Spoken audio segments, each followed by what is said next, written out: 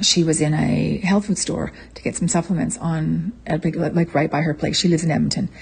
And she said the owner kind of looked a little bit distraught, and she knows her, like because she's been there enough. And she goes, "Yeah, everything okay? You okay today?" She goes, "Oh, I'm sorry, I've just had a really bad day." And she said, "Well, what's going on?"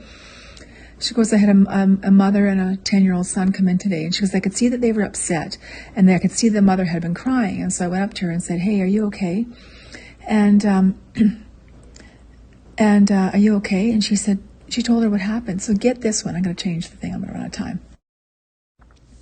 This girl was 13 years old. Her daughter was 13 years old, and she was sick, and they were having troubles figuring out what was wrong, and they finally discovered that she had cancer. So she had to go to the Stollery and stay there and start treatment. So the mom and the dad took her and got her all settled and everything, and then they were just going to run out for an hour and just get her some stuff. She needed some stuff. So they popped out, came back. Within that hour, the evil pieces of garbage, doctors and nurses at the Stollery, convinced this 13-year-old daughter, this 13-year-old girl, to kill herself with MAID.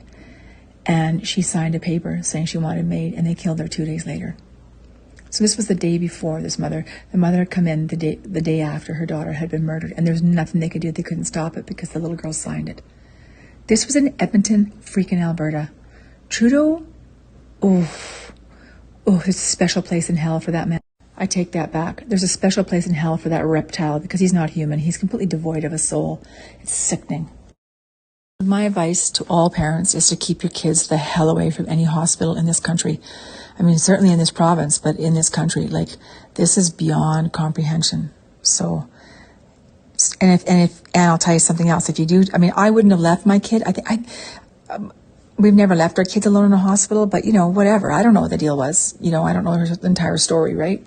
But it's sick.